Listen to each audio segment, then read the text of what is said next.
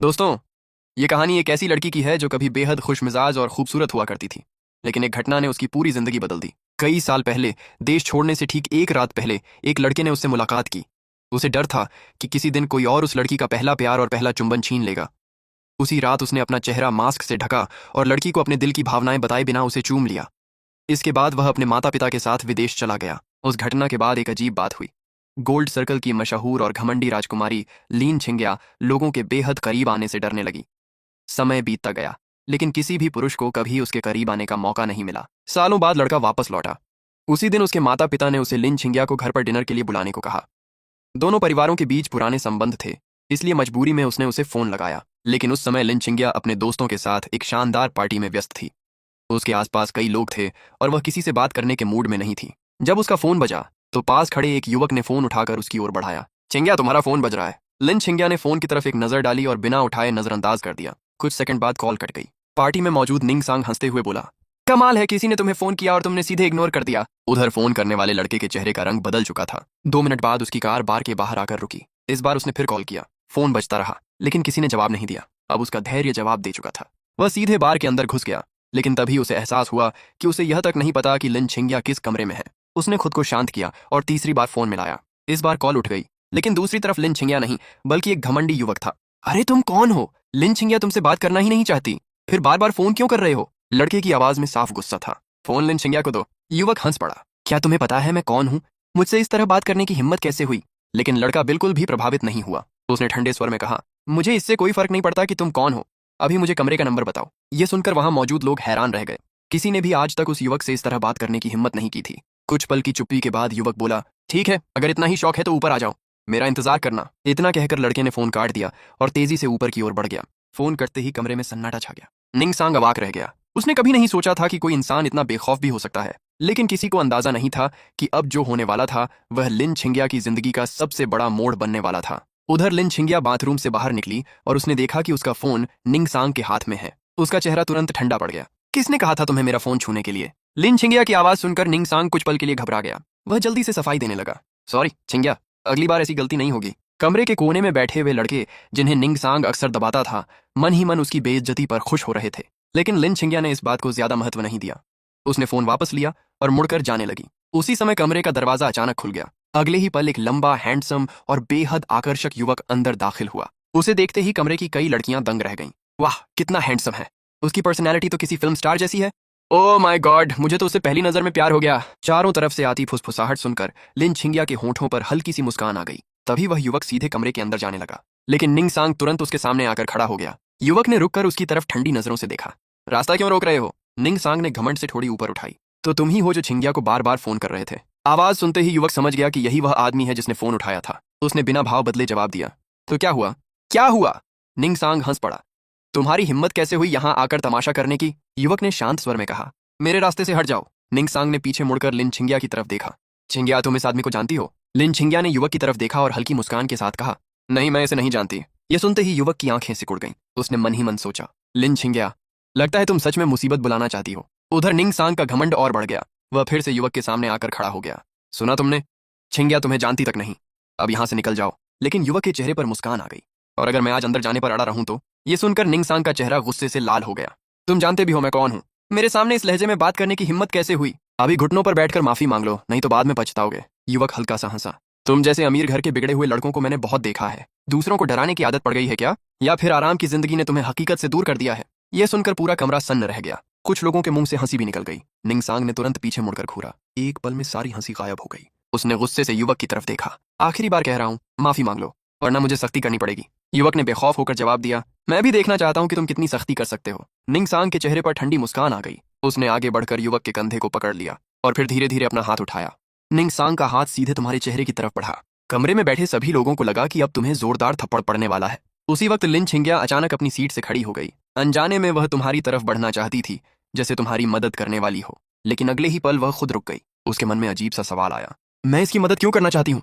क्या मुझे इससे नफरत नहीं करनी चाहिए? वह अभी अपने ही ख्यालों में उलझी हुई थी कि तभी छड़ाक, एक जोरदार थप्पड़ की आवाज पूरे कमरे में गूंज उठी। लेकिन यह थप्पड़ तुम्हारे चेहरे पर नहीं पड़ा था, बल्कि निंग सांग के चेहरे पर पड़ा था। पूरा कमरा एक पल के लिए सन्न रह गया। किसी को समझ ही नहीं आया कि अभी हुआ क्या है। निंग सांग लड़खड़ाकर पीछे हटा और अपने चेहरे को पकड़ लिया। उसकी आंखों में यकीन न करने वाला भाव था। जिंदगी में पहली बार किसी ने उसे सबके सामने थप्पड़ मारा था। तुमने मुझे मारा? उसकी आवाज गुस्से से कांप रही थी, लेकिन तुम बिल्कुल शांत खड़े थे। तो क्या हुआ? ये सुनते ही कमरे के कोने में बैठे कुछ लड़के हंसी रोक नहीं पाए। असल में वे लोग पहले से ही निंग सांग को पसंद नहीं करते थे। आज पहली बार किसी ने उसकी अकड़ तोड़ी थी। वाह यार, ये सीन तो देखने लायक था।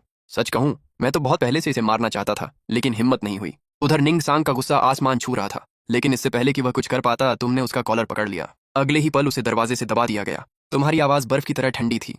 सुनो यंग मास्टर, एक बार चेतावनी दे रहा हूं, अगर दोबारा मुझे हाथ लगाने की कोशिश की तो सिर्फ थप्पड़ नहीं पड़ेगा। यह सुनकर निंग सांग का चेहरा पीला पड़ गया। उधर लिन छिंग्या ये सब देख रही थी। उसके होंठों पर हल्की सी मुस्कान आ गई। उसे लगा जैसे कई साल पहले वाला वही इंसान फिर से उसके सामने खड़ा हो, वही बेखौफ अंदाज, वही घमंड तोड़ देने वाला रवैया।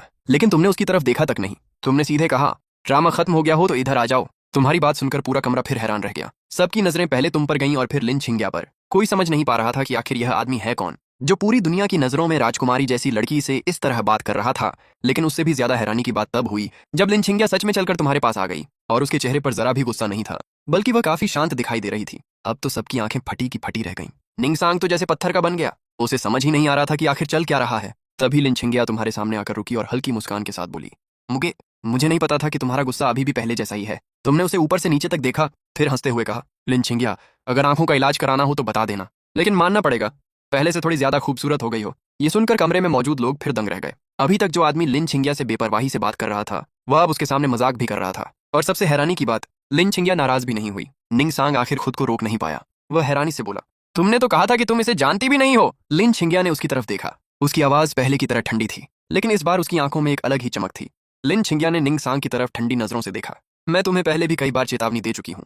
जब मैं किसी से बात कर रही होती हूँ तो मुझे बीच में टांग अड़ाने वाले लोग बिल्कुल पसंद नहीं है। उसकी आवाज सुनते ही निंग सांग का चेहरा बदल गया। जो आदमी कुछ मिनट पहले सबके सामने अकड़ दिखा रहा था, अब बिल्कुल दबा हुआ लग रहा था। सॉरी छिंग्या। उसने तुरंत सिर झुकाकर माफी मांग ली। ये देखकर तुम भी कुछ पल के लिए हैरान रह गए। अभी थोड़ी देर पहले यही लड़का तुम्हारे सामने किसी राजा की तरह व्यवहार कर रहा था, लेकिन लिन छिंग्या के सामने आते ही उसकी सारी अकड़ गायब हो गई। तुम हंस पड़े।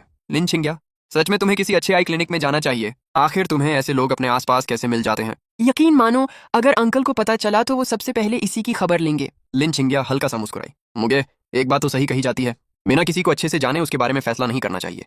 और वैसे भी मेरा स्टैंडर्ड काफी हाई है, मैं किसी को भी अपना बॉयफ्रेंड नहीं बना लेती। तुमने सिर हिलाया। अच्छा है, कम से कम ये सुनकर सुकून मिला। इतना कहकर तुम लिन छिंग्या को साथ लेकर जाने वाले थे, लेकिन तभी तुम्हारी नजर फिर निंग सांग पर पड़ी। तुम्हारा चेहरा अचानक गंभीर हो गया और तुमने सिर्फ 2 शब्द कहे, माफी मांगो।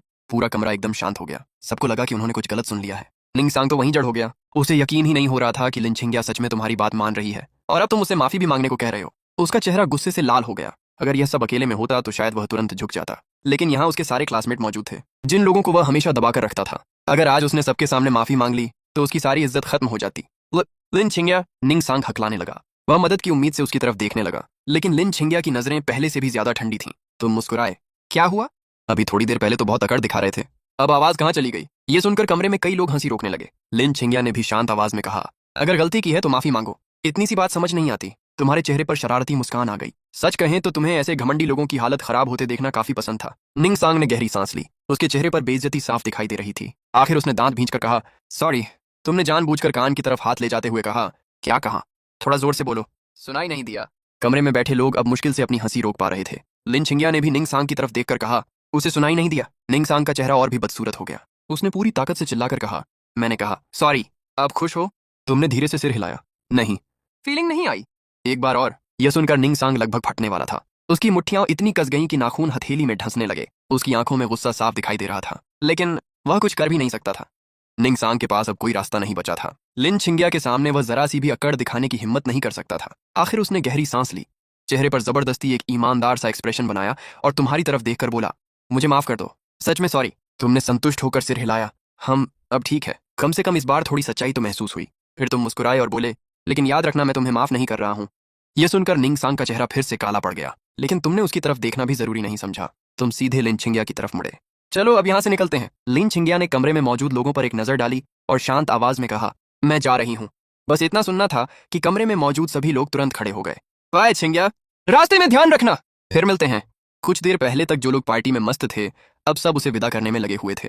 तुम दोनों साथ में बाहर निकल आए। जैसे ही लिफ्ट के पास पहुंचे तुमने अचानक उसकी तरफ देखा। अब बताओ, आज मेरा नुकसान कैसे पूरा करोगी? लिन छिंग्या ने भौहें चढ़ा दी। क्या बकवास कर रहे हो? तुमने तुरंत जवाब दिया, अगर तुम्हारी वजह से मैं यहाँ नहीं आता तो तुम्हारे उस क्लासमेट से मेरा झगड़ा भी नहीं होता। तो जाहिर सी बात है इसकी जिम्मेदार तुम हो। लिन छिंगिया ने उसकी बात सुनकर भी कोई खास रिएक्शन नहीं दिया। वह आराम से लिफ्ट की तरफ बढ़ती रही। लेकिन मैंने ही तो तुम्हारी मदद की थी। अगर मैं बीच में नहीं आती तो मामला और बिगड़ सकता था। तुमने नाक सिकोड़ ली। उसे क्या फर्क पड़ता है, थप्पड़ तो मुझे फिर भी खाना पड़ सकता था। इस हिसाब से मुझे मुआवजा मिलना चाहिए। ये सुनकर लिन छिंगिया को हंसी भी आई और गुस्सा भी। उसे लगा जैसे कोई बड़ा आदमी नहीं बल्कि कोई जिद्दी बच्चा उससे बहस कर रहा हो। लिफ्ट का बटन दबाते हुए उसने पूछा, ठीक है तो बताओ क्या चाहिए तुम्हें। तुमने कुछ सेकंड सोचा, फिर कंधे उचकाकर बोले, अभी तो नहीं पता, जब याद आएगा तब मांग लूंगा। लिन छिंगिया ने घूर कर देखा। तुम इंसान हो या डाकू। तुमने गर्व से थोड़ी ऊपर उठाई। उसे तुम्हें क्या मतलब। वैसे भी अगर तुमने मना किया तो घर पहुंचते ही अंकल लिन को बता दूंगा कि आज मुझे थप्पड़ कैसे पड़ने वाला था। तुम्हारे चेहरे पर शरारती मुस्कान थी। और तुम तो जानती ही हो अंकल लिन मुझे अपने बेटे की तरह मानते हैं। उसके बाद तुम्हारी खैर नहीं। यह सुनते ही लिन छिंगिया का चेहरा बदल गया। उसे पता था कि अगर उसके पिता को इस बारे में पता चला तो सबसे पहले उसी की क्लास लगेगी। तुम उसकी कमजोर नस पकड़ चुके थे। उसने दांत भींचे और गुस्से से तुम्हें घूरा। लेकिन आखिरकार उसे मजबूर होकर मान जाना पड़ा। वो लड़की खूबसूरत भी थी और हर काम में सबसे आगे भी। तुम्हें डर था कि उसका पहला किस किसी और के हिस्से में न चला जाए। इसलिए जिस रात तुम विदेश जाने वाले थे उस रात तुमने उसे दीवार के साथ रोक लिया और उसे कसकर अपनी बाहों में भर लिया। फिर उसके चेहरे पर हल्की सी मुस्कान देखते हुए उसके होंठों को चूम लिया। लेकिन वो सब अब बीती बात हो चुकी थी। इस समय तुम और लिन छिंगिया साथ में लिफ्ट से नीचे उतर रहे थे। आज शनिवार था। रात के 8 बज चुके थे। लेकिन बाहर की सड़क अभी भी जाम से भरी हुई थी। पूरा शहर किसी बड़े पार्किंग लॉट जैसा लग रहा था। तुम दोनों सड़क पर चल ही रहे थे कि तुम्हारी नजर एक मेडिकल स्टोर पर पड़ी। तुम तुरंत रुक गए। फिर उंगली से दुकान की तरफ इशारा करते हुए बोले, जाओ मेरे लिए 2 आइस पैक खरीद कर लाओ, वरना चेहरे की सूजन घर पहुंचने से पहले नहीं उतरेगी। लिन छिंगिया ने ठंडी मुस्कान दी। फिर तुम्हारी तरफ देखकर बोली, मुगे तुम्हें जरा भी शर्म नहीं आती। पूरी दुनिया में शायद तुम अकेले इंसान हो जो मुझे ऐसे आदेश देते हो। तुमने हाथ हिलाते हुए कहा, जल्दी जाओ। इतनी बातें मत करो। तुम्हें उसकी बातों की बिल्कुल परवाह नहीं थी। आखिर बचपन से तुम दोनों का रिश्ता ऐसा ही था। दूसरों के सामने चाहे जो हो, लेकिन अकेले में तुम दोनों हमेशा इसी तरह लड़ते झगड़ते रहते थे। लिन छिंगिया ने आंखें घुमाई। तुम सच में बेशर्म हो। तुमने तुरंत जवाब दिया, मेरे जैसा हैंडसम लड़का तुम्हें काम दे रहा है, ये तुम्हारे लिए सम्मान की बात है। इसलिए जल्दी जाओ और आइस पैक लेकर आओ। लिन छिंगिया हंस पड़ी। मुगे तुम्हारी स्किन तो दिन ब दिन मोटी होती जा रही है। अब तो तुम अपनी तारीफ करते हुए भी नहीं शर्माते। तुमने गर्व से सीना चौड़ा किया। ये तो नेचुरल बात है। जो चीज मेरे पास है वो है, जो चीज मेरे पास नहीं है वो भी एक दिन होगी। फिर मैं कॉन्फिडेंट क्यों ना रहूं। लिन छिंगिया ने सिर हिलाया और मेडिकल स्टोर की तरफ चल दी। सच में तुम्हारी बेशर्मी कोई नहीं सीख सकता। ये सुनकर तुम तुरंत भड़क गए। मन तो कर रहा था कि इस लड़की को पकड़कर अच्छी तरह सबक सिखा दो, लेकिन आखिरकार तुमने खुद को रोक लिया। करीब 5 मिनट बाद लिन छिंगिया वापस लौट आई। उसके हाथ में एक प्लास्टिक बैग था। वह तुम्हारे पास आई और बैग सीधे तुम्हारी छाती पर फेंक दिया। लो पकड़ो। तुमने बैग खोला और आइस पैक निकाल लिया। फिर मुस्कुराकर बोले, देखा कितनी अच्छी लड़की हो तुम। बोला और तुरंत खरीद भी लाई। लिन छिंगिया ने आंखें तरेरी। तुम्हें ऐसा नहीं लग रहा कि तुम हद से ज्यादा अकड़ रहे हो। तुमने तुरंत एक बड़ा सा आई रोल दिया। मजाक भी समझ नहीं आता क्या। लिन छिंगिया अभी जवाब देने ही वाली थी कि अचानक उसका चेहरा गंभीर हो गया। कुछ सेकंड तक तुम्हें देखने के बाद उसने पूछा, वैसे विदेश वाले कॉलेज की नई टर्म शुरू होने वाली है, तो फिर तुम अचानक वापस क्यों आ गए। तुम्हारे पास इतना समय कैसे है। यह सवाल सुनते ही तुम्हारे चेहरे की मुस्कान गायब हो गई। तुमने हल्की सी सांस छोड़ी। तुम्हें लगता है मैं खुद वापस आना चाहता था। और क्या करता। मेरे मम्मी पापा ने मेरी मर्जी पूछे बिना ही ट्रांसफर की सारी प्रोसेस पूरी कर दी। सीधे मुझे वापस चीन भेज दिया। ये कहते हुए तुमने बेबस सा चेहरा बना लिया। सच कहें तो अभी तक तुम्हें खुद नहीं पता था कि तुम्हारा एडमिशन आखिर किस स्कूल में हुआ है। लिन छिंगिया ने भौहें सिकोड़ लीं।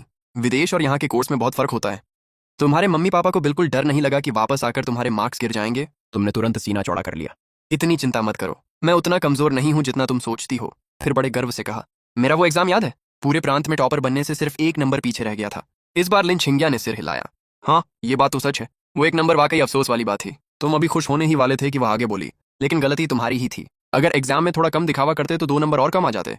फिर पहला नंबर मेरा होता। ये सुनकर तुम तुरंत भड़क गए। अरे मेरी रैंक का तुमसे क्या लेना देना। लिन छिंगिया ने जवाब नहीं दिया। वह कुछ देर तक तुम्हारे चेहरे को ध्यान से देखती रही। फिर अचानक बोली, चिंता मत करो, सूजन काफी कम हो गई है। बस तुम पहले से थोड़ा ज्यादा दुबले लग रहे हो। तुमने राहत की सांस ली। फिर सीट बेल्ट खोलते हुए बोले, अच्छा है तो अब अगली तैयारी शुरू करते हैं। लिन छिंगिया ने हैरानी से देखा। किस चीज की तैयारी। वह अभी तुम्हारी बात समझ नहीं पाई थी। तुमने दोनों हाथ रगड़ते हुए शरारती मुस्कान दी। हमारे शानदार परफॉर्मेंस की, दोस्ती से बढ़कर वाले रिश्ते का नाटक। चलो जल्दी एक्टिंग शुरू करते हैं। लिन छिंगिया ने तुम्हारी तरफ ठंडी नजरों से देखा। पागल हो क्या। बस इतना कहकर वह कार से उतर गई। तुमने दांत पीसे। दिल तो कर रहा था कि उसे पकड़कर अच्छी तरह सबक सिखाओ, लेकिन अफसोस तुम जानते थे कि बहस में उसे हराना लगभग नामुमकिन था। उसी समय सामने से एक बुजुर्ग आदमी तेजी से उनकी तरफ आता दिखाई दिया। वो थे लीबो, लिन परिवार के पुराने स्टूवर्ड। तुम्हें देखते ही उनके चेहरे पर खुशी फैल गई। यंग मास्टर, मिस छिंगिया। तुम बिना कुछ सोचे सीधे उनकी तरफ भागे। फिर बच्चे की तरह उन्हें कसकर गले लगा लिया। लीबो, मैंने आपको बहुत मिस किया। क्या आपने भी मुझे मिस किया। तुम्हारी बात सुनकर लीबो हंस पड़े। उन्होंने बचपन से तुम्हें अपने पोते की तरह प्यार किया था। भला वो तुम्हें कैसे भूल सकते थे। उन्होंने मुस्कुराकर तुम्हारी पीठ थपथपाई। यंग मास्टर, मैंने भी तुम्हें बहुत याद किया। चलो अब अंदर चलते हैं। जैसे ही तुम लिविंग रूम में दाखिल हुए, तुमने देखा कि तुम्हारे मम्मी पापा और दोनों बहनें लिन छिंगिया के माता पिता के साथ बड़ी गर्मजोशी से बातें कर रहे थे। तुम्हें देखते ही आंटी लिन मुस्कुराई और हाथ हिलाकर बोली, आओ इधर छोटे भाई। तुम्हें बचपन से अपनी दोनों बहनों के बीच बैठना पसंद था, इसलिए बिना सोचे सीधे जाकर उनके बीच में बैठ गए। तुम्हारी बड़ी बहन मूलिंग ने मुस्कुराते हुए तुम्हारे सिर पर हाथ फेरा। ये क्या, तुमने बाल सफेद क्यों कर लिए? तुमने तुरंत भौहें उचकाई। कैसा लग रहा हूँ? हैंडसम ना? लेकिन इससे पहले कि कोई जवाब देता, तुम्हारे पापा बोल पड़े, हाई स्कूल में पढ़ रहे हो और ये कौन सा हेयर कलर करा लिया? कल ही से वापस ब्लैक करवाना। तुम तुरंत बोले, क्यों? और मुझे वापस कलर कराने के लिए लिन छिंगिया को क्यों भेज रहे हो? आंटी लिन हंस पड़ी। अरे ऐसा मत बोलो, वैसे सफेद बाल तुम्हारे ऊपर बुरे नहीं लग रहे, लेकिन कॉलेज तक इंतजार करो। अभी स्टूडेंट हो तो स्टूडेंट जैसे ही दिखो। ये सुनकर तुमने सिर हिला दिया। ठीक है आंटी, आप कह रही हैं तो मान लेता हूँ। आंटी लिन खुश होकर मुस्कुराई, फिर अचानक बोली, वैसे आज तुम्हें एक जरूरी बात भी बतानी थी। तुम आराम से जूस का गिलास उठाकर पीने लगे। उसी समय तुम्हारी दूसरी बहन मुयांग धीरे से तुम्हारे कान के पास आई और फुसफुसाकर बोली, पहले जूस मत पीना। तुम हैरान हो गए, क्यों? लेकिन इससे पहले कि वह कुछ और कह पाती, आंटी लिन ने मुस्कुराते हुए कहा, हम लोगों ने फैसला किया है कि तुम्हारी और छिंगिया की सगाई कर दी जाए। तुम्हारे मुंह में भरा सारा जूस सीधे बाहर निकल गया। तुम इतनी जोर से खांसने लगे कि गला लाल हो गया। आंटी लिन हंस पड़ी। अरे इतनी खुशी? तुम्हारी मम्मी भी हंसने लगी। देखो तो सही कितना खुश हो गया है। तुम्हारी आंखें लगभग बाहर निकलने वाली थीं। मैं खुश दिख रहा हूँ। मुयांग ने बेबस होकर माथा पकड़ लिया। मैं तो तुम्हें पहले ही इशारा कर रही थी। उधर लिन छिंगिया की भौहें भी सिकुड़ गईं। वह तुरंत बोली, इतना बड़ा फैसला लेने से पहले कम से कम हमसे पूछ तो लेते। तुमने भी तुरंत हामी भरी। हाँ, कम से कम हमें पहले बता तो देते। लेकिन आंटी लिन ने हंसते हुए कहा, इसमें पूछने वाली क्या बात है? वैसे भी तुम दोनों मना थोड़ी करोगे। बचपन से एक दूसरे को जानते हो। हम सबकी भी पुरानी दोस्ती है। तुम और लिन छिंगिया एक दूसरे को देखने लगे। दोनों के चेहरे पर एक जैसी बेबसी थी। तुमने आखिरी कोशिश की, लेकिन अगर छिंगिया को पहले से कोई लड़का पसंद हो तो? अंकल लिन ने तुरंत सिर हिलाया। असंभव। हमारी बेटी सबसे ज्यादा भरोसा अगर किसी पर करती है तो वो तुम हो। तुम घबरा गए। लेकिन अगर ऐसा हो तो? आंटी लिन ने हंसते हुए तुम्हारी बात काट दी। कोई अगर वगर नहीं। छिंगिया का होने वाला मंगेतर सिर्फ तुम ही हो। सच कहूं तो मुझे तुम्हारे अलावा उसके लिए कोई और लड़का दिखाई ही नहीं देता। अंकल लिन भी सिर हिलाने लगे। बिल्कुल सही, मैं भी यही सोचता हूँ। फिर तुम्हारे पापा ने मेज पर हाथ मारा। ठीक है, फैसला हो गया। क्योंकि दोनों बच्चों को कोई आपत्ति नहीं है तो अगले साल वैलेंटाइन डे पर सगाई होगी। आंटी लिन तुरंत खुश होकर बोली, और कॉलेज खत्म होते ही शादी। यह सुनते ही तुम्हारी आंखों के सामने अंधेरा छाने लगा। तुम्हें ऐसा लगा जैसे तुम्हारी पूरी जिंदगी का फैसला अभी इसी कमरे में कर दिया गया हो। तुम कुछ कहना चाहते थे, तुम चिल्लाना चाहते थे, तुम कहना चाहते थे कि तुम्हें बहुत बड़ी आपत्ति है, लेकिन किसी ने तुम्हारी एक भी नहीं सुनी। और सबसे डरावनी बात तो अभी बाकी थी। वो खूबसूरत लड़की हर किसी की नजरों का केंद्र थी। तुम्हें हमेशा डर रहता था कि उसका पहला किस कोई और न ले जाए। इसलिए विदेश जाने से एक रात पहले तुमने उसे दीवार के साथ रोक लिया था और उसे जोर से किस कर लिया था। उसी समय आंटी लिन ने गंभीर आवाज में कहा, छोटे भाई, तुम दोनों के रिश्ते को और बेहतर बनाने के लिए हमने एक फैसला किया है। तुम्हें छिंगिया के स्कूल में ट्रांसफर कर दिया जाएगा। ये सुनकर तुम अभी संभले भी नहीं थे कि आंटी लिन ने अगला बम फोड़ दिया, और उसके बाद तुम दोनों मेरे नाम वाले लग्जरी अपार्टमेंट में साथ रहोगे। ये सुनते ही तुम्हें लगा कि तुम्हारा ब्लड प्रेशर सीधा आसमान पर पहुंच गया है। तुम लगभग सोफे से उछल पड़े, फिर तुरंत अपनी दूसरी बहन मुयांग की तरफ मुड़े। दूसरी बहन, जल्दी मुझे हॉस्पिटल लेकर चलो। मुझे लगता है मैं बचने वाला नहीं हूँ। मुयांग हंसने लगी। हॉस्पिटल से कुछ नहीं होगा। मुझे लगता है तुम्हें 2 बोतल ग्लूकोज चढ़ानी पड़ेगी। तुमने उसे घूर कर देखा। अपना सिर मत खाओ। उधर लिन छिंगिया भी अपनी माँ की तरफ देखने लगी। तो आपका मतलब है मैं और मुगे एक ही घर में रहेंगे, सिर्फ हम दोनों? आंटी लिन ने सिर हिलाया। बिल्कुल, ऐसे ही तो रिश्ते जल्दी मजबूत होते हैं। वरना तुम्हें क्या लगता है गर्मी की छुट्टियों में मैंने तुम्हें खाना बनाना क्यों सिखाया था? ताकि तुम दोनों साथ रहो और तुम छोटे भाई के लिए खाना भी बना सको। तुम और लिन छिंगिया एक दूसरे को देखने लगे। दोनों के चेहरे पर एक जैसा एक्सप्रेशन था, जैसे किसी ने अचानक आसमान से बिजली गिरा दी हो। लेकिन आंटी लिन अभी रुकी नहीं। उन्होंने फिर मुस्कुराते हुए कहा, और छोटे भाई, अगर भविष्य में पैसों की जरूरत पड़े तो सीधे छिंगिया से मांग लेना। वैसे भी अब तुम हमारे परिवार के पक्के दामाद हो। ये सुनकर तुम्हारा चेहरा और भी अजीब हो गया। बातें सुनने में तो अच्छी लग रही थी, लेकिन तुम्हें जरा भी खुशी नहीं हो रही थी, क्योंकि इसका मतलब था तुम्हें फिर से उस जिद्दी लड़की के साथ रहना पड़ेगा। और ये सोचकर ही तुम्हारा सिर दर्द करने लगा। तभी तुम्हारी माँ खड़ी हो गई। ठीक है, अभी इस बारे में ज्यादा बात नहीं करते। लिबो ने बताया था कि बारबेक्यू की सारी तैयारी हो चुकी है। चलो सब लोग बाहर चलते हैं। इतना कहकर सभी लोग बाहर निकलने लगे। जैसे ही मौका मिला तुमने मूलिंग और मुयांग को एक तरफ खींच लिया। फिर गुस्से में पूछा, सच सच बताओ, क्या तुम दोनों को पहले से सब पता था? मूलिंग ने शांत चेहरे के साथ सिर हिलाया। हाँ। मुयांग ने भी मुस्कुराते हुए जवाब दिया, बिल्कुल, सरप्राइज। ये सुनकर तुम्हारा दिल टूट गया। तुमने अपना सिर पकड़ लिया। मुझे पहले क्यों नहीं बताया? अगर पता होता तो मैं कभी वापस नहीं आता। तुम दोनों जानती हो ना, मैं और लिन छिंगिया एक दूसरे को कितना परेशान करते हैं। मूलिंग मुस्कुराई। बिल्कुल जानते हैं। तुमने बेबस होकर पूछा, फिर भी तुम दोनों ने मेरा साथ नहीं दिया। मूलिंग ने तुम्हारे गाल पर हल्की थपकी दी और मुस्कुराकर बोली, क्योंकि छिंगिया बहुत अच्छी लड़की है, और सच कहूं तुम्हारे आसपास उससे बेहतर लड़की कोई नहीं है। बकवास है ये सब। तुम तुरंत बोल पड़े, अगर दुनिया में सबसे बेहतरीन लड़कियों की लिस्ट बनेगी तो उसमें नंबर 1 और नंबर 2 पर मेरी दोनों बहनें होंगी। तुम दोनों से बेहतर कोई नहीं। मूलिंग बस हल्का सा मुस्कुराई। उसके चेहरे से साफ पता चल रहा था कि वो तुम्हारी बातों में आने वाली नहीं है। उसे देखकर तुम्हें समझ आ गया, बड़ी बहन से मदद मिलने वाली नहीं। इसलिए तुमने तुरंत अपनी उम्मीदें दूसरी बहन मुयांग पर लगा दी। मुयांग ने तुम्हारी तरफ देखा, फिर सिर हिलाया और फिर सिरना में भी हिला दिया। तुम पूरी तरह कंफ्यूज हो गए। छोटे शैतान, अब याद आई हमारी। जब मुसीबत सिर पर आ गई तब बहनों की याद आने लगी। तुमने जल्दी से कहा, दूसरी बहन, इस बार सच में मेरी मदद कर दो। मुयांग ने आ भरी। ऐसा नहीं है कि हमने कोशिश नहीं की। हमने मम्मी पापा को बहुत समझाया, लेकिन उन्होंने हमारी एक नहीं सुनी। तुमने हैरानी से पूछा, ऐसा कैसे हो सकता है? वो तो हमेशा हमारी राय की इज्जत करते हैं। मुयांग ने तुम्हारी तरफ उंगली दिखाकर कहा, इस बार गलती तुम्हारी और छिंगिया की है। तुम दोनों चुप रहो। तुम दोनों ने बचपन से सबके सामने ऐसा बर्ताव किया जैसे एक दूसरे के दुश्मन हो। लेकिन जब भी मम्मी पापा, अंकल लिन या आंटी लिन सामने होते थे, तुम दोनों अचानक अच्छे बच्चों की तरह एक्टिंग करने लगते थे। इतनी ज्यादा एक्टिंग की कि सबको लगने लगा तुम दोनों एक दूसरे को पसंद करते हो। बस किसी वजह से खुलकर बोल नहीं रहे। तुम्हारा चेहरा तुरंत काला पड़ गया। मतलब मैंने खुद अपने लिए गड्ढा खोदा और अब उसी में गिर गया। कुछ देर सोचने के बाद तुम्हारी आंखें चमक उठी। अचानक तुम्हें एक रास्ता दिखा। अगर अभी जाकर सबको सच बता दूं कि मैं और लिन छिंगिया बचपन से एक दूसरे से लड़ते आए हैं, तो शायद ये शादी वाली बात खत्म हो जाए। ये सोचकर तुम सोफे से उठने ही वाले थे, तभी पीछे से मूलिंग की ठंडी आवाज सुनाई दी, बैठ जाओ। एक ही वाक्य था, लेकिन तुम्हारे कदम वहीं रुक गए। घर में तुम सबसे ज्यादा बड़ी बहन की इज्जत करते थे और सबसे ज्यादा डर भी उसी से लगता था, इसलिए उसकी बात सुनते ही तुम वापस सोफे पर बैठ गए। मूलिंग ने गंभीर आवाज में कहा, क्या तुमने कभी सोचा है अगर अभी जाकर सबके सामने सच बोल दिया तो क्या होगा? तुमने कुछ नहीं कहा। मूलिंग आगे बोली, मम्मी पापा, अंकल लिन और आंटी लिन सभी बहुत खुश हैं। अगर तुम अभी जाकर उनकी सारी उम्मीदें तोड़ दोगे तो सबसे ज्यादा दुख उन्हें होगा। तुम चुप हो गए। मूलिंग ने फिर कहा,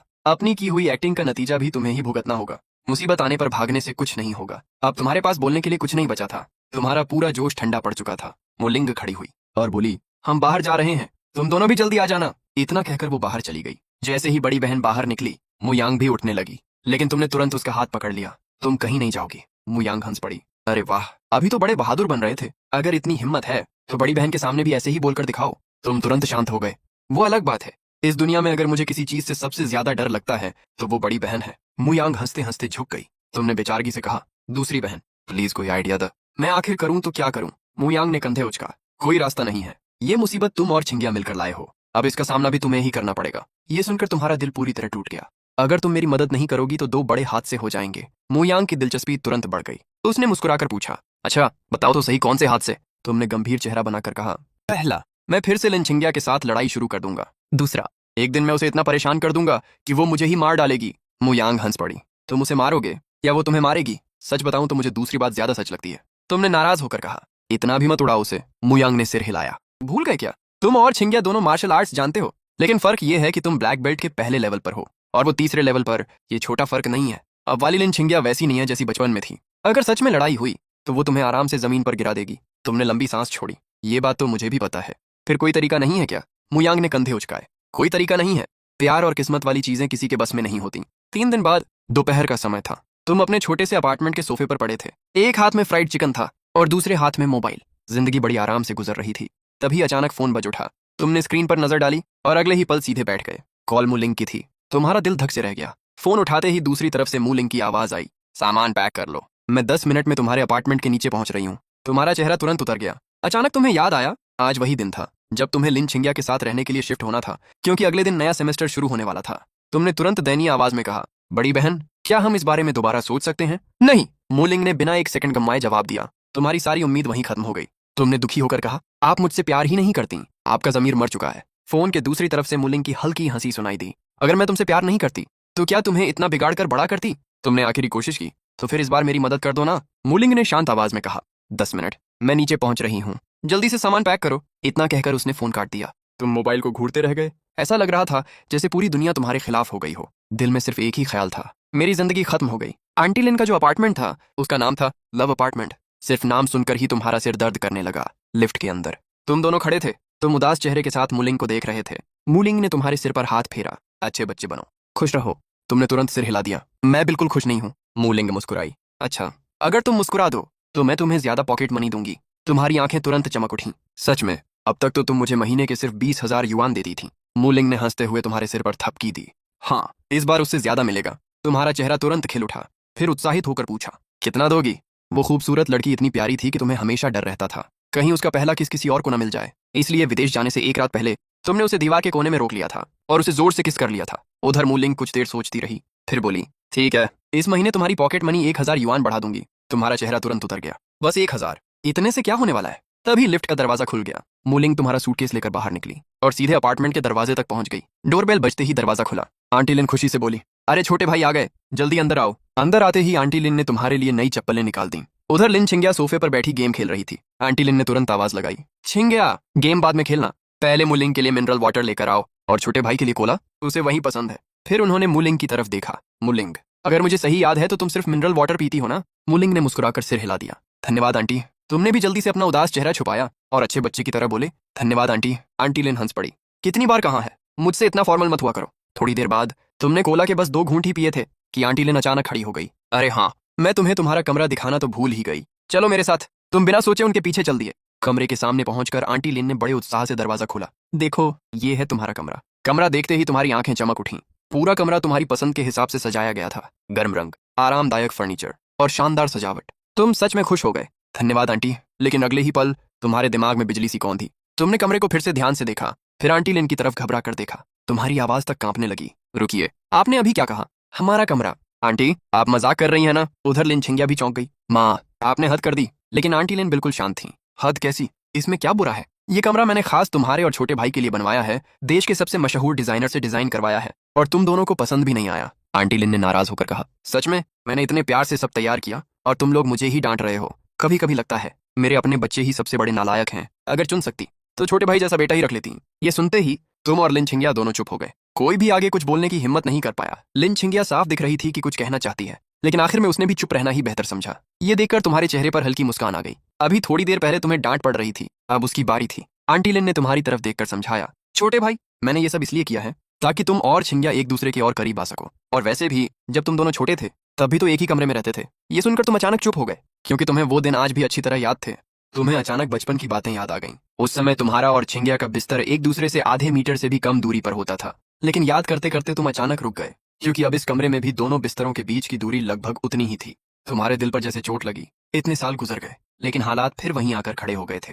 तुमने मजबूरी वाली मुस्कान बनाकर कहा, लेकिन आंटी, वो सब तब की बात थी जब हम छोटे थे। अब हम दोनों बड़े हो चुके हैं। लड़का और लड़की एक ही कमरे में रहे, ये थोड़ा अजीब नहीं है? तुम पूरी कोशिश कर रहे थे कि बात समझा सको, लेकिन आंटी लिन ने बिल्कुल परवाह नहीं की। उन्होंने हाथ हिलाकर कहा, इसमें अजीब क्या है? जब तक तुम दोनों एक ही बिस्तर पर नहीं सोते तब तक कोई समस्या नहीं है। ये सुनकर तुम्हारा दिमाग सुन्न पड़ गया। उधर लिन छिंगिया ने भी बेबस होकर आंखें बंद कर लीं, लेकिन आंटी लिन अभी रुकी नहीं। उन्होंने मुस्कुराते हुए कहा, वैसे भी भविष्य में तुम दोनों की शादी होनी है, एक दिन तो साथ ही रहना है, तो पहले से आदत पड़ जाएगी। बुरा क्या है? तुम और लिन छिंगिया एक दूसरे को देखने लगे। दोनों के चेहरे पर एक जैसा दर्द था। आंटी लिन ने फिर मुस्कुराकर पूछा, क्या हुआ? कुछ कहना है? तुम्हारे दिल में हजार बातें थीं, लेकिन मुंह से सिर्फ एक ही जवाब निकला, नहीं, कुछ नहीं। उधर लिन छिंगिया ने भी सिर हिला दिया। मुझे भी कुछ नहीं कहना। आंटी लिन संतुष्ट होकर मुस्कुराई। अच्छा, तो मैं और मुलिंग चलते हैं, तुम दोनों आराम करो। इतना कहकर वो बाहर निकल गईं। दरवाजा बंद होते ही तुम्हारे चेहरे पर दर्द साफ दिखाई देने लगा। दिल में सिर्फ एक ही ख्याल घूम रहा था, ये सब दिखावा था। सब कुछ पहले से प्लान किया गया था। जाने से पहले आंटी लिन ने एक और चीज तुम्हारे हाथ में थमा दी थी,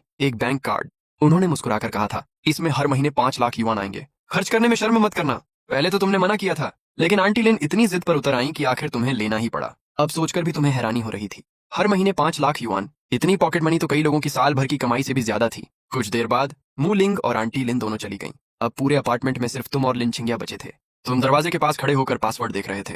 तभी लिन छिंगिया ने अचानक कहा, मेरी माँ भी ना, पासवर्ड भी तुम्हारी जन्मतिथि रख दिया। तुमने बस कंधे उचकाए। फिर दोनों लिविंग रूम में आ गए। तुम सोफे पर बैठकर कोला पी रहे थे। तभी लिन छिंगिया ने गंभीर आवाज में कहा, मुझे लगता है अगर हमें शांति से रहना है तो मैं गेस्ट रूम में शिफ्ट हो जाती हूँ। ये सुनते ही तुमने तुरंत अंगूठा ऊपर कर दिया। सच कहूँ, आज पहली बार मुझे तुम्हारा कोई फैसला समझदारी वाला लगा है। इस फैसले को मेरा पूरा समर्थन है। ये सुनते ही तुम बिजली की रफ्तार से अपने सामान की तरफ भागे। अगले ही पल तुमने सूटकेस उठाया और सीधे मास्टर बेडरूम पर कब्जा कर लिया। कमरा मिलते ही तुम्हारा मूड काफी अच्छा हो गया। तुम आराम से सामान निकालकर सेट करने लगे। लेकिन जैसे ही सूटकेस खोला और कपड़े बाहर निकालने शुरू किए, तभी लिन छिंगिया कमरे में आ गई। उसने तुम्हारी तरफ देखकर पूछा, तुम क्या कर रहे हो? तुमने भौहें सिकोड़ ली। इतनी सी बात भी समझ नहीं आ रही? सामान सेट कर रहा हूँ। लिन छिंगिया ने गहरी सांस ली। अभी मैं पूरे घर का चक्कर लगाकर आई हूँ और मुझे एक बड़ी समस्या मिल गई है। तुम कुछ समझ नहीं पाए। क्या समस्या? लिन छिंगिया ने सीधे कहा, गेस्ट रूम नहीं है, मम्मी ने उसे जिम बना दिया है। तुम कुछ सेकंड के लिए बिल्कुल चुप रह गए। अच्छा खेल गई आंटी लिन, लगता है सब पहले से प्लान था। फिर लिन छिंगिया ने तुम्हारी तरफ देखकर कहा, इसलिए तुम स्टडी रूम में शिफ्ट हो जाओ। ये सुनते ही तुम लगभग उछल पड़े। क्यों? मैं स्टडी रूम में क्यों जाऊं? अगर किसी को जाना है तो तुम जाओ। लिन छिंगिया का चेहरा तुरंत बदल गया। क्योंकि यह मेरा घर है। तुमने तुरंत जवाब दिया, गलत, ये तुम्हारी मम्मी का घर है और अभी अभी उन्होंने मुझे अपना दामाद घोषित किया है, तो हिसाब से देखा जाए ये घर आधा मेरा भी हुआ। ये कहते हुए तुमने दोनों हाथ फैला दिए।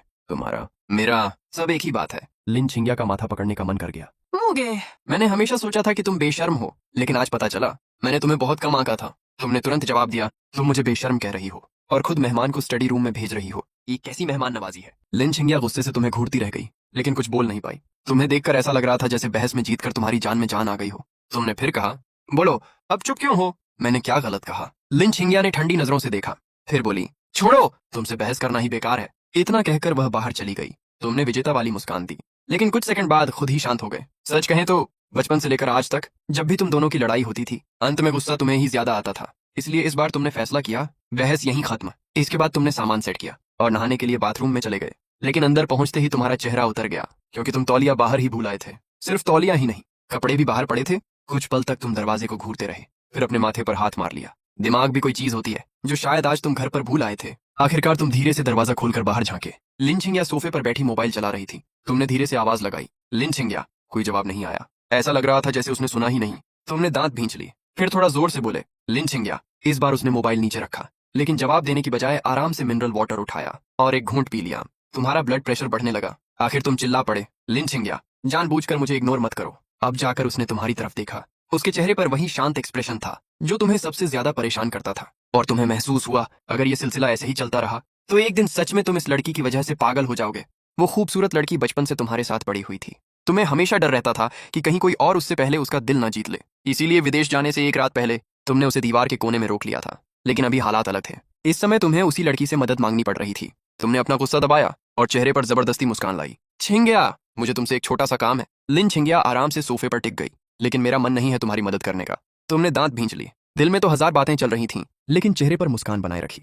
अच्छा, थोड़ी सी मदद भी नहीं कर सकती? लिन छिंगिया ने कुछ सेकंड सोचा, फिर बोली, ऐसा भी नहीं है, तुम बोलो। यह सुनते ही तुम्हारी आंखें चमक उठीं। ऐसा लगा जैसे डूबते को सहारा मिल गया हो। लेकिन अगले ही पल लिन छिंगिया के चेहरे पर हल्की मुस्कान आ गई। वैसे तुम पर मेरे 3 एहसान बाकी है ना? अगर मदद चाहिए तो उनमें से एक इस्तेमाल कर लो। तुम तुरंत सिर हिला दिया। नहीं, इतनी छोटी सी बात के लिए मैं अपना एक मौका बर्बाद नहीं करने वाला। लिन छिंगिया ने कंधे उचकाए। फिर तो कोई बात नहीं, और दोबारा मोबाइल उठाकर गेम खेलने लगी। तुम उसके पास जाकर बोले, मिस लिन। लिंदाशिया हुआ, मैं सीरियस हूँ। वो फिर भी शांत रही। आखिर तुमने हार मान ली। ठीक है, मदद कर दो, मैं याद रखूंगा। लिन छिंगिया ने मोबाइल नीचे रखा। अब बताओ क्या चाहिए? तुम कुछ सेकंड झिझके, फिर धीरे से बोले, वो मुझे कपड़े चाहिए। लिन छिंगिया पहले तो नहीं समझी, फिर अचानक उसकी नजर बाथरूम के दरवाजे पर गई। उसके चेहरे पर अजीब सा एक्सप्रेशन आ गया। रुको, तुम नहाने गए थे और कपड़े बाहर भूल गए? तुमने शर्मिंदगी से सिर झुका लिया। हाँ वही। लिन छिंगिया ने माथा पकड़ लिया। सच में? तुम्हारी लापरवाही का कोई जवाब नहीं। तुमने तुरंत कहा, बस बेड पर रखे कपड़े दे दो, इतनी सी बात है। लिन छिंगिया खड़ी हुई। ठीक है, रुको, मैं लेकर आती हूँ। तुम बाथरूम के दरवाजे के पीछे खड़े होकर इंतजार करने लगे और मन ही मन सोचने लगे, अगर ये बात किसी और को पता चल जाती तो मेरी सारी इज्जत खत्म हो जाती। लगभग 1 मिनट बाद लिन छिंगिया तुम्हारा सफेद बाथरोब लेकर बाथरूम के दरवाजे तक आई। तुमने जल्दी से दरवाजा खोला और उसके हाथ से बाथरोब ले लिया। धन्यवाद, इतना कहकर तुमने फौरन दरवाजा बंद कर लिया। लेकिन कुछ देर बाद तुम्हें एहसास हुआ कि वो गई नहीं है। वो बाहर दीवार से टिक कर खड़ी थी। फिर उसकी आवाज अंदर आई, ओए ब्लैक हार्ट, जल्दी बाहर आ। ब्लैक हार्ट उसका तुम्हारे लिए रखा हुआ निजी निकनेम था। तुमने झुंझलाकर कहा, क्या है अब? लिन छिंगिया हंसते हुए बोली, इतनी देर क्या कर रहे हो? बाहर आकर अपने पिताजी को सलाम नहीं करोगे? तुमने आंखें घुमा ली। कुछ मिनट बाद तुम बाल सुखाते हुए बाहर निकले। तभी लिन छिंगिया ने तुम्हें ऊपर से नीचे तक देखा और अचानक बोली, तुम्हें नहीं लगता सफेद रंग तुम पर सूट नहीं करता? तुम तुरंत रुक गए। क्यों नहीं करता? तुम्हारी आंखों में दिक्कत है क्या? लिन छिंगिया ने सोचने का नाटक किया, फिर बोली, सफेद रंग धूप और गर्मजोशी की निशानी होता है, लेकिन तुम्हारा स्वभाव तो बिल्कुल उल्टा है, इसलिए मैच नहीं करता। ये सुनते ही तुम्हारा माथा गर्म हो गया। आज पूरे दिन से वो तुम्हें चिढ़ा रही थी और अब फिर शुरू हो गई थी। तुमने हेयर ड्रायर एक तरफ रखा और सीधे उसकी तरफ बढ़ गए। लिन छिंगिया अभी भी मुस्कुरा रही थी। अगले ही पल तुमने उसे पीछे धकेल दिया। वो दीवार से लग गई। एक हाथ उसके कंधे के पास था और दूसरा दीवार पर। तुम गुस्से में कुछ बोलने ही वाले थे कि अचानक दरवाजा खुल गया। तुम दोनों एक साथ चौंक कर मुड़े। दरवाजे पर आंटी लिन खड़ी थीं। वो जूते बदलते हुए मुस्कुरा रही थी। अरे मेरी याददाश्त भी ना, मैं इतनी जल्दी में निकली कि अपना वॉलेट ही भूल गई। मैं बस लेने वापस आई थी। लेकिन अगले ही पल उनकी नजर तुम दोनों पर पड़ी और उनकी आवाज अचानक रुक गई। पूरा कमरा कुछ सेकंड के लिए बिल्कुल शांत हो गया। तुम और लिन छिंगिया भी वहीं जम गए, जैसे किसी ने समय रोक दिया हो। आंटी लिन ने पहले तुम दोनों को देखा, फिर तुम्हारी पोजीशन देखी, फिर उनके चेहरे पर धीरे धीरे एक बेहद उत्साहित मुस्कान फैल गई। हो, तो मैं गलत समय पर आ गई क्या? तुम्हारा दिमाग पूरी तरह खाली हो चुका था। तुम समझ ही नहीं पाए कि क्या बोलो। उधर लिन छिंगिया सबसे पहले होश में आई। माँ, ऐसा बिल्कुल नहीं है जैसा आप सोच रही हैं। लेकिन आंटी लिन ने उसकी बात सुनी ही नहीं। वो जल्दी जल्दी अपना वॉलेट उठाने लगी। ठीक है, मैं कुछ नहीं देख रही, तुम लोग जारी रखो। इतना कहकर वो लगभग भागते हुए बाहर निकल गई। दरवाजा बंद होते ही लिन छिंगिया का चेहरा लाल हो चुका था और तुम्हारे चेहरे का हाल भी कुछ अलग नहीं था। उधर लिफ्ट में पहुंचते ही आंटी लिन ने उत्साह में फोन निकाल लिया। उन्होंने तुरंत अपनी दोस्त को कॉल लगाया। हेलो, तुम यकीन नहीं करोगी, मैंने अभी क्या देखा है। हमारे दोनों बच्चों की प्रोग्रेस उम्मीद से कहीं ज्यादा तेज निकली। फोन के दूसरी तरफ से हंसी की आवाज आई और आंटी लिन पूरे जोश के साथ अभी अभी हुई घटना सुनाने लगी। उधर लिफ्ट में खड़ी आंटी लिन अभी भी हंसना बंद नहीं कर पा रही थी। उन्होंने फोन पर उत्साह से कहा, अभी तो शाम के 6 भी नहीं बजे और ये दोनों बच्चे इतनी जल्दी में हैं। मुझे तो अब पूरा यकीन हो गया है, ये दोनों काफी समय से हमें बेवकूफ बना रहे थे। फोन के दूसरी तरफ से हंसी की आवाज आई आंटी लिन ने आगे कहा, मेरे सामने तो ऐसे एक्टिंग करते हैं जैसे एक दूसरे को बिल्कुल पसंद नहीं करते, लेकिन जैसे ही मौका मिला सीधे कमरे में रोमांस शुरू। मैं तो पहले से शक कर रही थी, कई बार जानबूझकर इशारे भी किए, लेकिन दोनों ऐसे बनते रहे जैसे कुछ पता ही नहीं। फोन के दूसरी तरफ से फिर हंसी सुनाई दी। आंटी लिन भी मुस्कुरा उठी। सच कहूं, इतनी छोटी उम्र में इतनी शानदार एक्टिंग, मैं भी प्रभावित हो गई। उधर अपार्टमेंट में दरवाजा बंद होते ही तुम्हारी जान वापस आई। अगले ही पल तुम जोर से चिल्लाए, लिन छिंगिया, मैं तुम्हें नहीं छोड़ूंगा। इतना कहकर तुम उसकी तरफ झपट पड़े, लेकिन तुम्हारा हाथ आगे बढ़ते ही लिन छिंगिया ने आराम से पकड़ लिया। तुमने दूसरा हाथ चलाया, वो भी पकड़ लिया गया। गुस्से में तुमने पैर से हमला करने की कोशिश की, लेकिन इससे पहले कि तुम कुछ कर पाते लिन छिंगिया हंस पड़ी। मुगे क्या तुम्हें सच में लगता है कि अब तुम मुझे हरा सकते हो? ये सुनकर तुम्हारा चेहरा काला पड़ गया। तुम जानते थे मार्शल आर्ट्स में अब वो तुमसे काफी आगे निकल चुकी थी, लेकिन उसका इस तरह कहना तुम्हारी सेल्फ रिस्पेक्ट पर सीधा वार था। तुम गुस्से से कांप गए। तुम उन लोगों में से थे जो बदला उसी समय लेते हैं। दिल में बात दबाकर रखना तुम्हारी आदत नहीं थी, लेकिन अभी तुम सच में कुछ नहीं कर सकते थे। तभी लिन छिंगिया ने नीचे देखा और मुस्कुराते हुए बोली, वैसे संभल कर, तुम अभी सिर्फ बाथरोब पहने हुए हो। उसकी बात सुनते ही तुम्हारा दिमाग ठिकाने आ गया। तुम्हें अचानक याद आया अंदर कुछ भी नहीं पहना हुआ था। तुम तुरंत रुक गए, फिर दांत पीस कर बोले, आज तुम्हारी किस्मत अच्छी है, वरना मैं तुम्हें छोड़ने वाला नहीं था। अब मेरा हाथ छोड़ो। मन ही मन तुमने कसम खाई, आज का हिसाब बाद में बराबर होगा। लिन छिंगिया ने कुछ देर तुम्हें देखा। जब उसे यकीन हो गया कि तुम कोई नई शरारत नहीं करोगे, तब जाकर उसने तुम्हारा हाथ छोड़ा। तुमने उसे घूरा और सीधे वापस कमरे में चले गए। कुछ देर बाद तुम नहा धोकर कपड़े बदलकर बाहर आए। उधर लिन छिंगिया अभी भी सोफे पर बैठी गेम खेल रही थी, लेकिन जो बात तुम नहीं जानते थे वो ये थी कि उसके दिल में भी अजीब सी भावना थी। बचपन में जब उसे पहली बार अपने माता पिता के साथ वापस ले जाया गया था, तब उसे कई दिनों तक नींद नहीं आती थी, क्योंकि वो अकेले सोने की आदी नहीं थी। वो उन दिनों की भी आदी नहीं थी जब तुम हर रोज उसे परेशान करते थे। हालांकि वो खुद भी कभी मानने को तैयार नहीं होती, लेकिन तुम्हारी गैर मौजूदगी उसे हमेशा अजीब लगती थी। तुमने इन सब बातों पर ध्यान नहीं दिया। तुमने कमरे का सामान ठीक किया, थोड़ी सफाई की, फिर आकर उसके बगल वाले सोफे पर बैठ गए। कुछ देर आंखें बंद करके आराम किया, फिर उसकी तरफ देखकर पूछा, आज रात खाने में क्या है, या फिर हमें भूखा ही सोना पड़ेगा? वो खूबसूरत लड़की बचपन से तुम्हारी सबसे बड़ी दुश्मन भी थी और सबसे करीबी साथी भी। तुम्हें हमेशा डर रहता था कि कहीं कोई और उससे पहले उसका दिल न जीत ले। इसीलिए विदेश जाने से पहले वाली रात तुमने उसे दीवार के कोने में रोककर अपनी मनमानी की थी, लेकिन अब हालात बदल चुके थे। तुम सोफे पर बैठे उसकी तरफ देखकर बोले, आज रात खाने में क्या है? लिन छिंगिया ने मोबाइल से नजर तक नहीं हटाई और ठंडे स्वर में बोली, मुझे भूख नहीं है। तुम तुरंत भड़क गए। तुम्हें भूख नहीं है तो क्या हुआ? मुझे तो है। लिन छिंगिया अभी भी गेम खेलती रही। अगर भूख लगी है तो खुद बनाकर खा लो। तुम्हारे माथे पर नसें उभर आईं। मेरी आंटी ने कहा था कि तुम मेरे लिए खाना बनाओगी। लिन छिंगिया ने बिना सिर उठाए जवाब दिया, उन्होंने कहा था। मैंने नहीं, तुमने दांत पीस लिए। ये लड़की सच में इंसान को पागल कर सकती है। आखिर तुम गुस्से में उठे और सीधे किचन की तरफ चल दिए। ठीक है, मैं खुद बना लेता हूँ, कौन सा बड़ी बात है, विदेश में इतने साल रहकर खाना बनाना सीख ही लिया है। तुम किचन में पहुंचे, फ्रिज खोला, सामान निकाला और चाकू उठाकर टमाटर काटने ही वाले थे कि पीछे से कदमों की आहट सुनाई दी।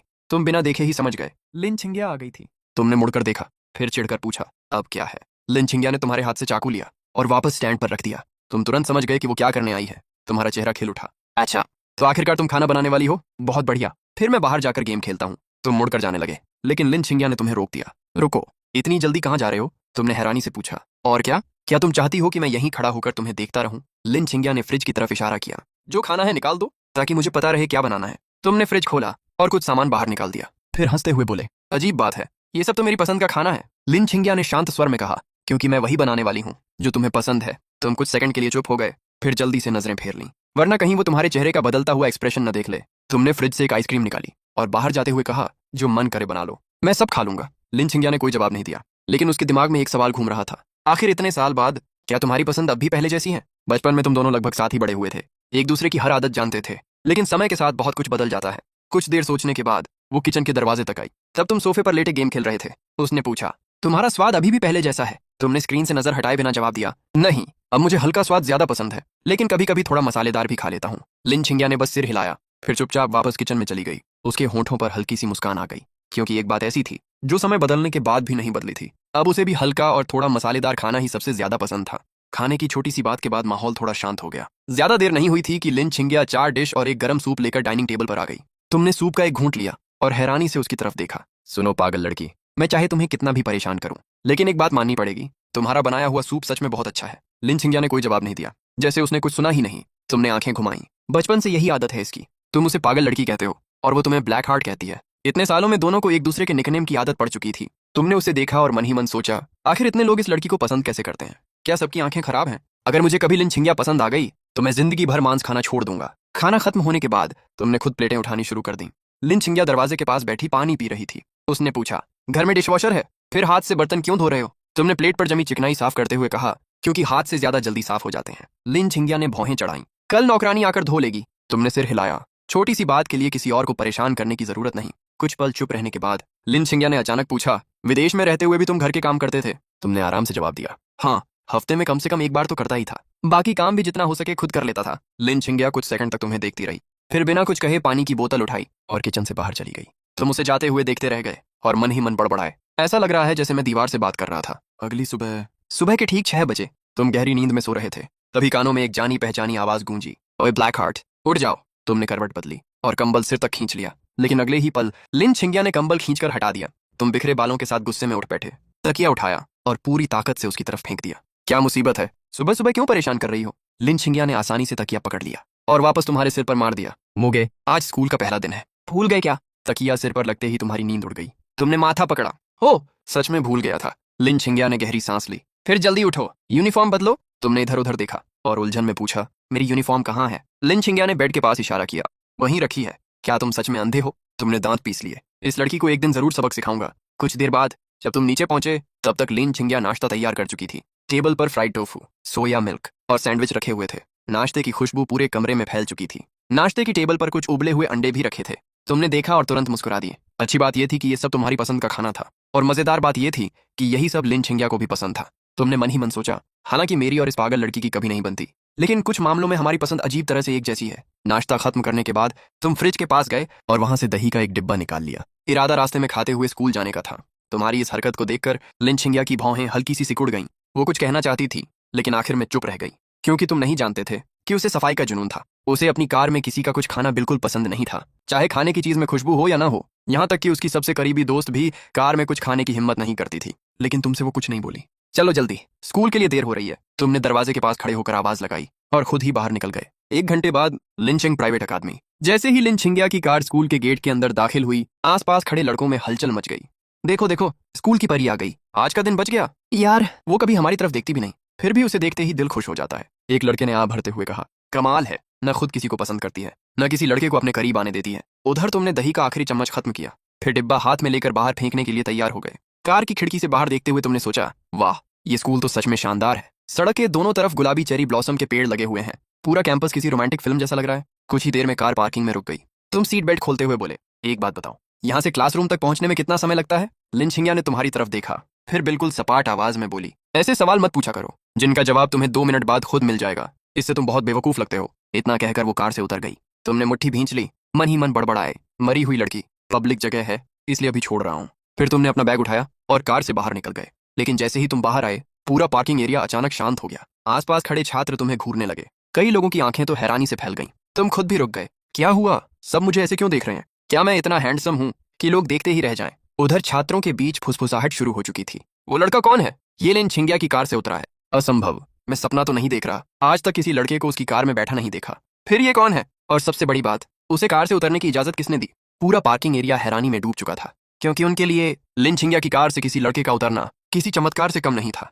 वो खूबसूरत लड़की बचपन से तुम्हारी जिंदगी का हिस्सा थी। तुम्हें हमेशा डर रहता था कि कहीं कोई और उससे पहले उसका दिल न जीत ले। इसीलिए विदेश जाने से पहले वाली रात तुमने उसे दीवार के कोने में रोक लिया था। उधर स्कूल की पार्किंग में तुम्हारे कार से उतरते ही पूरे कैंपस में चर्चा शुरू हो गई। यार, ये लड़का कौन है? इतना हैंडसम है, पहले कभी देखा नहीं। शायद नया स्टूडेंट है या फिर ट्रांसफर होकर आया होगा। एक लड़की ने होंठ सिकोड़कर कहा, दिखने में तो ठीक है, लेकिन अगर लिन स्कूल ब्यूटी के साथ रहने का सपना देख रहा है तो अभी बहुत दूर है। दूसरे छात्र भी अपनी अपनी राय दे रहे थे। तुमने उनकी बातें सुनी और बस हल्का सा मुस्कुरा दिए। सच में कुछ लोगों को दूसरों की जिंदगी में जरूरत से ज्यादा दिलचस्पी होती है। उसी समय लिन छिंग्या आगे बढ़ी और बोली, चलो पहले प्रिंसिपल ऑफिस में रिपोर्ट कर देते हैं।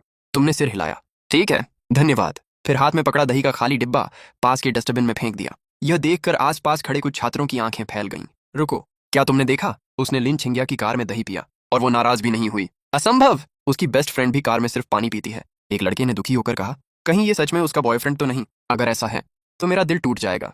तुमने ये बातें भी सुन ली। फिर चलते चलते लिन छिंग्या की तरफ देखा। लगता है तुम स्कूल में काफी मशहूर हो। लिन छिंग्या ने कोई जवाब नहीं दिया, जैसे हमेशा करती थी वैसे ही तुम्हें नजरअंदाज कर दिया। तुमने लंबी सांस छोड़ी। इस लड़की से बात करना सच में धैर्य की परीक्षा है। तभी सामने से एक खूबसूरत लड़की हंसते हुए दौड़ती हुई आई।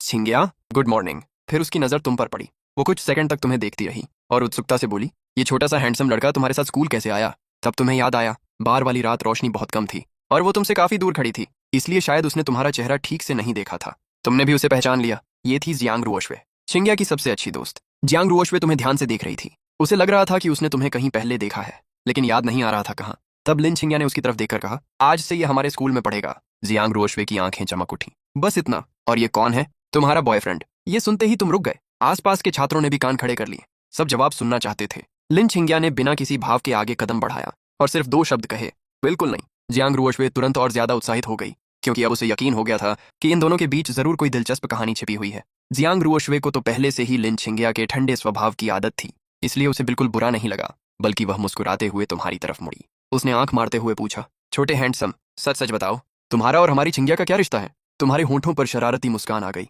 तुमने आराम से हाथ बढ़ाकर लिन छिंग्या के कंधे पर रख दिया, फिर पूरे आत्मविश्वास से बोले, मैं इसका बाप हूँ। एक पल के लिए पूरा माहौल शांत हो गया। फिर जियांग रुओशवे की आंखें फैल गईं। उसका चेहरा देखने लायक था। ऐसा लग रहा था जैसे वो सच में तुम्हारे लिए ताली बजा देगी। उधर लिन छिंग्या का चेहरा भी जम गया। वो वहीं रुक गई, फिर बिना किसी भाव के तुम्हारी तरफ देखने लगी। लेकिन तुम बिल्कुल नहीं डरे। क्या देख रही हो? 15 मिनट में क्लास शुरू होने वाली है। जल्दी मुझे प्रिंसिपल ऑफिस ले चलो। इतना कहकर तुमने उसके कंधे पर हाथ रखा और उसके साथ आगे बढ़ गए। आसपास खड़े सभी छात्र दंग रह गए। सबको पूरा यकीन था कि अगले ही सेकंड लिन छिंग्या तुम्हें पीट देगी, लेकिन हैरानी की बात यह थी कि उसने कुछ नहीं किया। वो बस तुम्हारे साथ चलती रही। यह नजारा देखकर जियांग रुओशवे भी स्तब्ध रह गई। क्या मैं अभी सपना देख रही हूँ? उधर बाकी छात्र भी फुसफुसाने लगे, ये लड़का आखिर है कौन? इतनी हिम्मत! लिन स्कूल ब्यूटी के कंधे पर हाथ रख दिया, और वो नाराज भी नहीं हुई। आज तो सच में चमत्कार हो गया। उसी समय भीड़ से थोड़ा दूर चेरी ब्लॉसम के पेड़ के नीचे एक बेहद खूबसूरत लड़की खड़ी थी। हवा का झोंका आया। गुलाबी फूलों की पंखुड़ियां आसमान से बरसने लगीं। कुछ पंखुड़ियां उसकी नीली स्कूल यूनिफॉर्म पर आकर गिर गईं। वो दूर खड़ी मुस्कुरा रही थी और उसकी नजरें लगातार तुम्हारी तरफ थीं, लेकिन तुमने अभी तक उसे देखा नहीं था। कुछ देर बाद तुम दोनों प्रिंसिपल ऑफिस पहुंच गए। असल में प्रिंसिपल को तुम्हारे ट्रांसफर की खबर पहले से थी। आखिर तुम्हारा परिवार और लिन परिवार स्कूल के बड़े शेयर होल्डर्स में शामिल थे। ऊपर से तुम्हारी माँ और आंटी लिन ने पहले ही साफ कह दिया था कि स्कूल में तुम्हारे साथ किसी तरह की बदसलूकी नहीं होनी चाहिए, वरना सबसे पहले जवाब प्रिंसिपल को देना पड़ेगा। इसी वजह से वो सुबह से ही तुम्हारा इंतजार कर रहे थे। जैसे ही तुम ऑफिस में दाखिल हुए, उन्होंने बेहद गर्मजोशी से स्वागत किया। चाय, नाश्ता और ढेर सारी औपचारिक बातें। लगभग आधा घंटा इसी में निकल गया। आखिरकार क्लास शुरू होने का समय हो गया। तब प्रिंसिपल तुम्हें लेकर अकादमिक ऑफिस पहुंचे। वहां एक युवा क्लास टीचर पहले से इंतजार कर रही थी।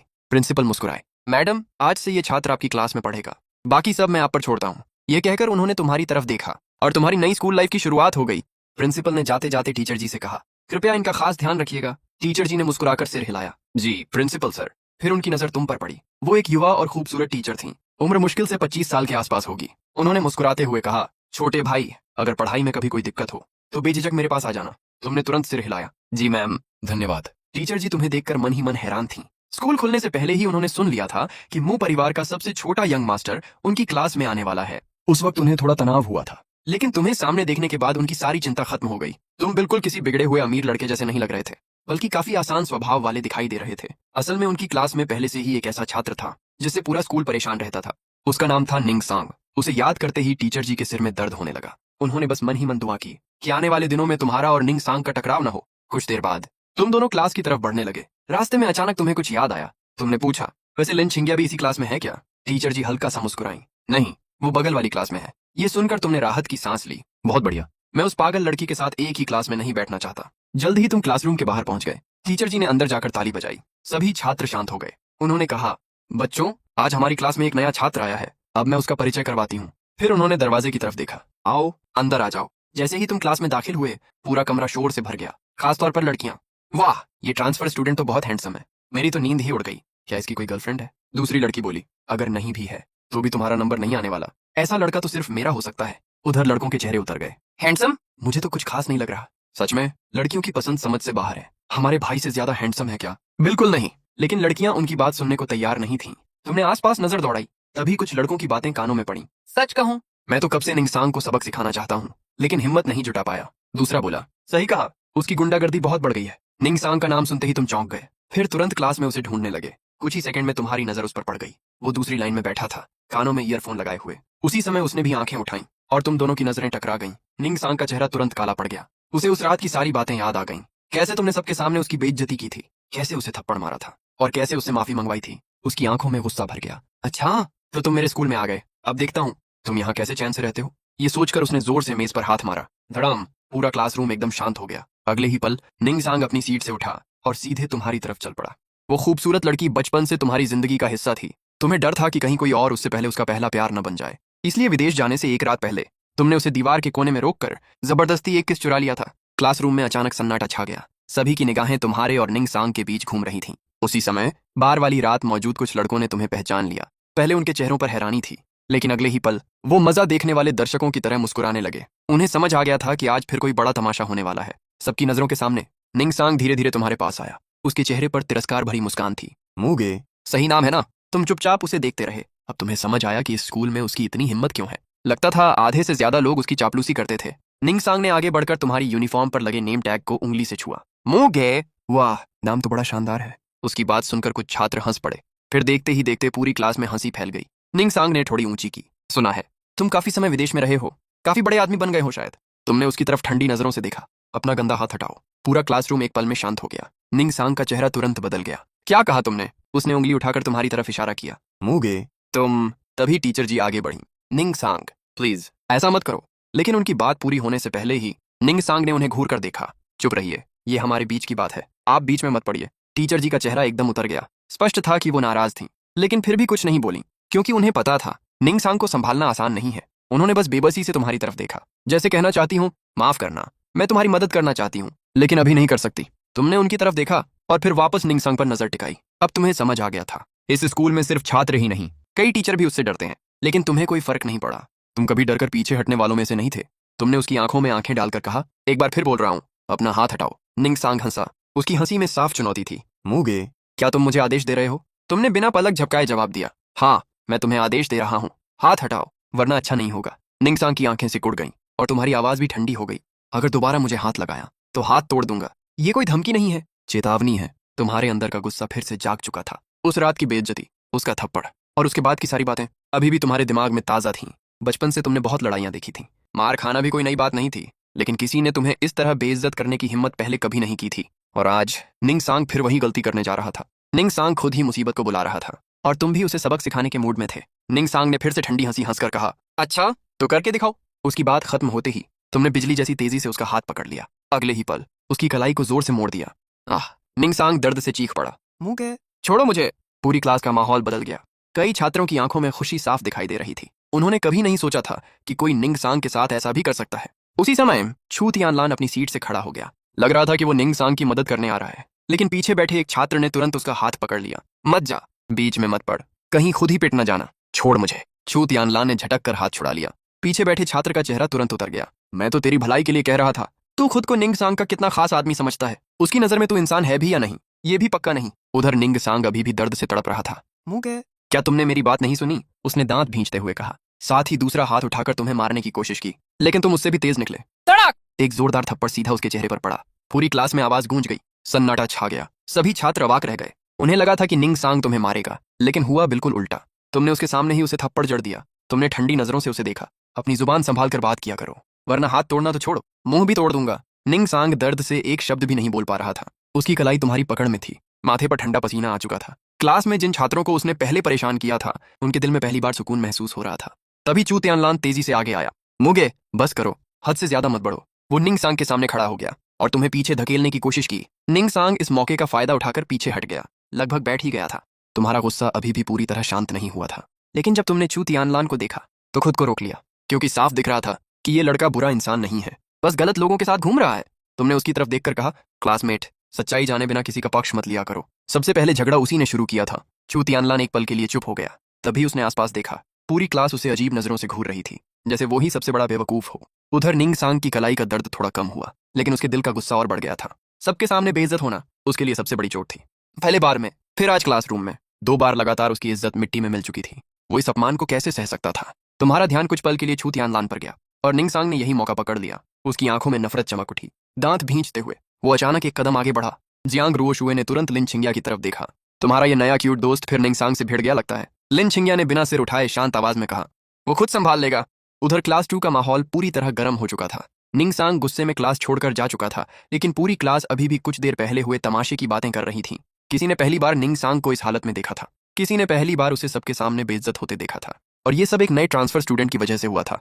तुम बिल्कुल शांत खड़े थे, जैसे कुछ हुआ ही ना हो। टीचर जी ने गहरी सांस ली और क्लास को शांत कराने की कोशिश की, लेकिन छात्रों के चेहरों पर उत्साह साफ दिखाई दे रहा था। कई लड़के मन ही मन खुश थे, क्योंकि निंग सांग सालों से उन्हें परेशान करता आया था। आज पहली बार किसी ने उसके सामने खड़े होने की हिम्मत दिखाई थी। पेई श्याओ चुपचाप अपनी सीट पर लौट गई। उसके गाल पर अभी भी निंग सांग के थप्पड़ का निशान मौजूद था।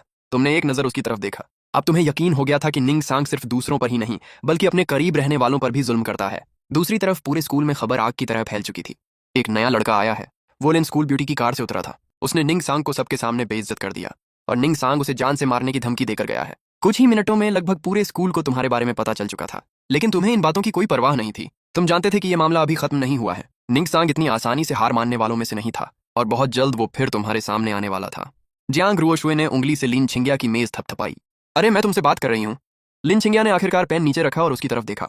इससे मेरा क्या लेना देना है, और वैसे भी वो मेरे परिवार का सदस्य नहीं है। जियांग रुओशुए ने चिंता से कहा, तुम निंग सांग का स्वभाव जानती हो।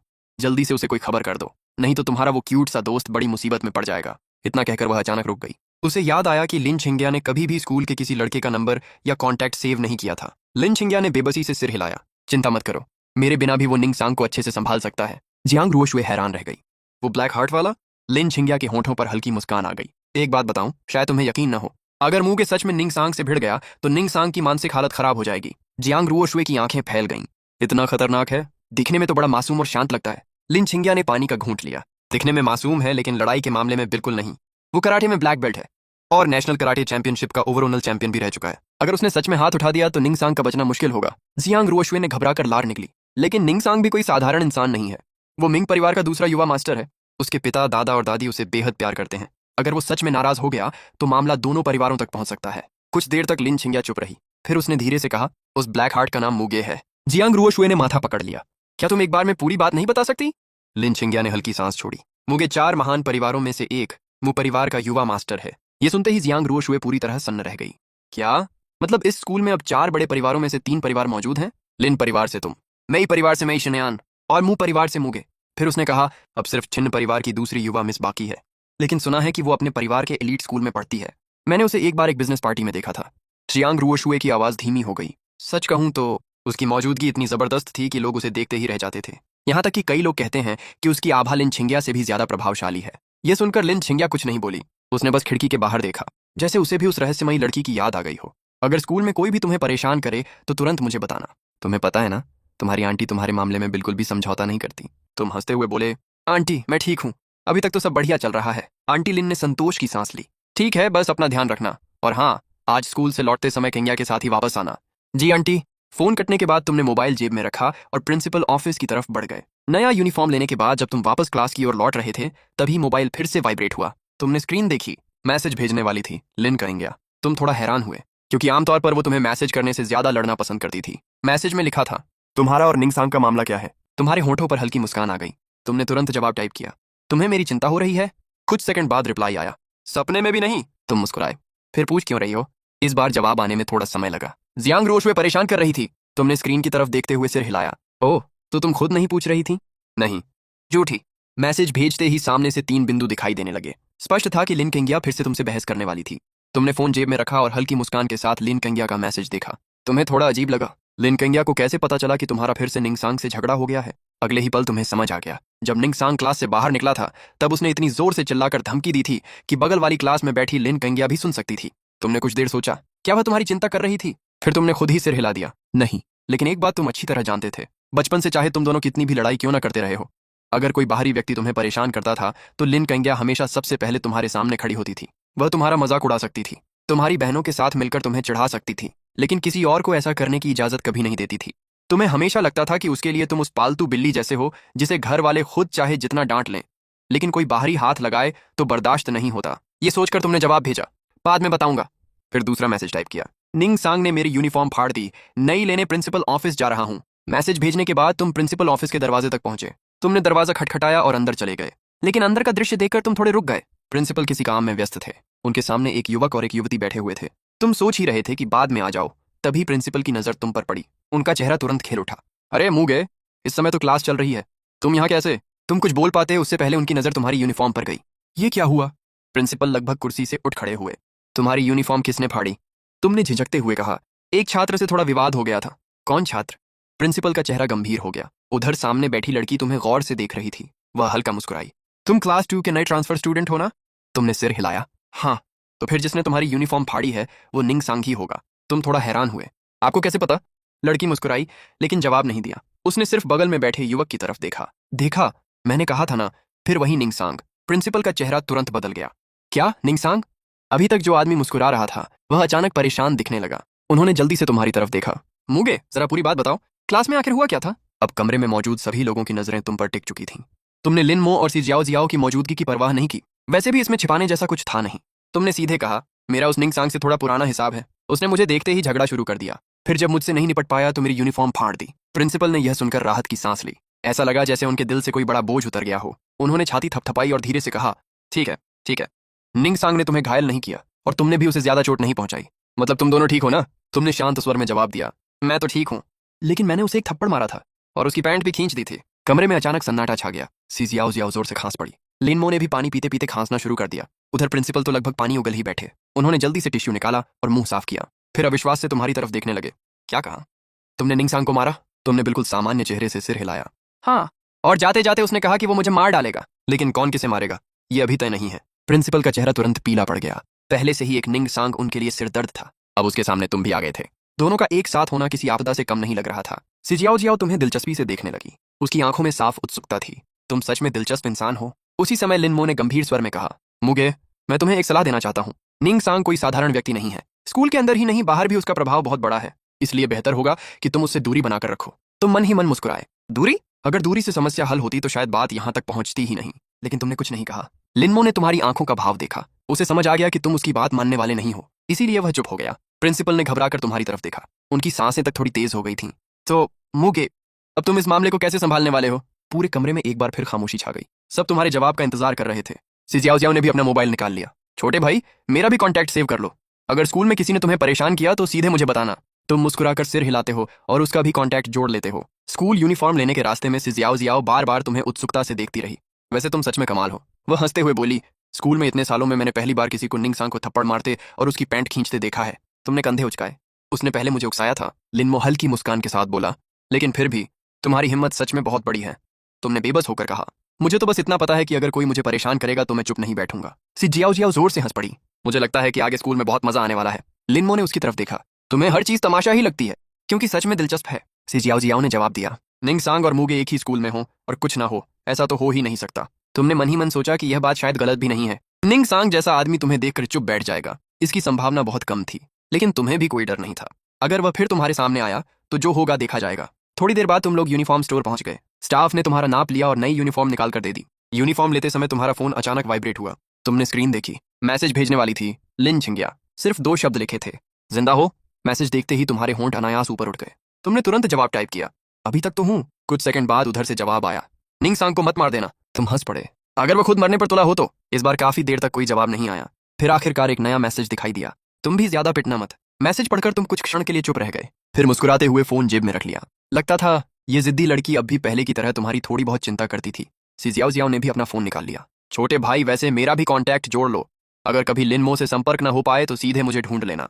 तुमने सिर हिलाया और दोनों को फ्रेंड लिस्ट में जोड़ लिया। उसी समय दूसरी कक्षा में निंगसांग काले चेहरे के साथ छू तियानलान को लेकर वापस क्लास में दाखिल हुआ। सामने बैठी सुचियान चियान तुरंत मुड़ी और अपनी पीछे वाली सीट पर बैठी मेई शनियान को देखने लगी। उसके होठों पर हल्की मुस्कान उभरी। लगता है सीनियर ईयर का बाकी समय काफी दिलचस्प होने वाला है। मेई शनियान अपनी सीट पर शांति से बैठी थी। खिड़की से आती सुनहरी धूप उसके ऊपर पड़ रही थी, जिससे उसका शांत और खूबसूरत चेहरा और भी रहस्यमय लग रहा था। सुचियान चियान ने धीरे से उसे कुहनी मारी। शनियान, एक बात पूछूं? मेई शनियान हल्का मुस्कुराई। पूछो। तुम हाल ही में लीन छिंगिया पर नजर रख रही हो ना? मेई शनियान की मुस्कान थोड़ी और गहरी हो गई। हाँ, रख रही हूँ। उधर तुम नई स्कूल यूनिफॉर्म पहनकर वापस क्लास की ओर जा रहे थे। जैसे जैसे तुम कक्षा के पास पहुंचे, अंदर का शोर साफ सुनाई देने लगा। लेकिन जैसे ही तुम दरवाजे पर दिखाई दिए, पूरी क्लास अचानक शांत हो गई। सभी की नजरें एक साथ तुम पर टिक गईं। तुमने तुरंत महसूस कर लिया कि निंगसांग तुम्हें ऐसी नजरों से घूर रहा था मानो अभी जिंदा निकल जाएगा। तुमने जानबूझकर उसकी ओर देखकर मुस्कुराया। क्या देख रहा है? और घूरा तो आंखें निकाल दूंगा। निंगसांग का चेहरा और काला पड़ गया, लेकिन इस बार वह उठकर तुम्हारे पास नहीं आया। तुमने मन ही मन सोचा, लगता है किसी ने उसे समझा दिया है। सबसे ज्यादा संभावना चुतियानलान की है। शायद उसने निंगसांग को बताया होगा कि आज सुबह तुम लिन छिंगिया की कार से उतरे थे, यहाँ तक कि कार में बैठकर दही भी पी रहे थे। यानी तुम्हारा लिन छिंगिया से कोई खास रिश्ता हो सकता है। और पूरे स्कूल में अगर कोई है जिससे निंगसांग टकराने से बचता है तो वह लिन छिंगिया है। इसी वजह से वह अभी अपना गुस्सा दबाकर बैठा हुआ था। तुम सीधे मंच के पास पहुंचे और टीचर जी से पूछा, टीचर मैं कहाँ बैठूं? टीचर जी कुछ पल के लिए चुप हो गए। उन्होंने पूरी क्लास पर नजर दौड़ाई। आखिर उन्हें सिर्फ एक खाली सीट दिखाई दी। वह सीट मेई शनियान के बगल में थी। लेकिन टीचर जी एक बात अच्छी तरह जानते थे, मेई शनियान के पास किसी को बैठने की अनुमति नहीं थी। फिर भी उन्होंने हिम्मत करके पूछा, मेई शनियान, क्या मुगे तुम्हारे पास बैठ सकता है? पूरा क्लासरूम एक पल में और भी शांत हो गया। कई छात्रों की आंखें फैल गईं। टीचर जी को क्या हो गया है? उन्हें नहीं पता निंगसांग हमेशा मेई शिनयान को पसंद करता है। अगर मेई शिनयान मान गई तो आज क्लास में युद्ध हो जाएगा, एक लड़की धीरे से बोली। लेकिन मूगे बहुत हैंडसम है, दूसरी ने सिर हिलाया। क्या पता देवी मान ही जाए। तुरंत निंगसांग के एक चमचे ने हंसते हुए कहा, हमारे भाई से ज्यादा हैंडसम। अगर मेई शिनयान ने इसे अपने पास बैठने दिया तो मैं लाइव स्ट्रीम पर खुद को थप्पड़ मारूंगा। पहले से ही गुस्से में बैठे निंगसांग का धैर्य आखिर टूट गया। उसने जोर से मेज पर मुक्का मारा। पूरी क्लास फिर से खामोश हो गई। अब कोई भी एक शब्द बोलने की हिम्मत नहीं कर रहा था। उधर जब तुमने मेई शिनयान का नाम सुना तो थोड़ी देर के लिए सोच में पड़ गए। निंगसांग किसी को पसंद भी करता है, और जिसे निंगसांग पसंद करे वह लड़की आखिर कितनी खूबसूरत होगी। तुम्हारे मन में भी थोड़ी उत्सुकता जाग गई। तो गाइज, अगर आपको आज की स्टोरी पसंद आई हो तो वीडियो को लाइक करें और चैनल को सब्सक्राइब करना बिल्कुल मत भूलना। और हाँ, मेरा दूसरा चैनल भी जरूर ज्वाइन करें, वहां भी आपके लिए शानदार और मजेदार कंटेंट आ रहा है।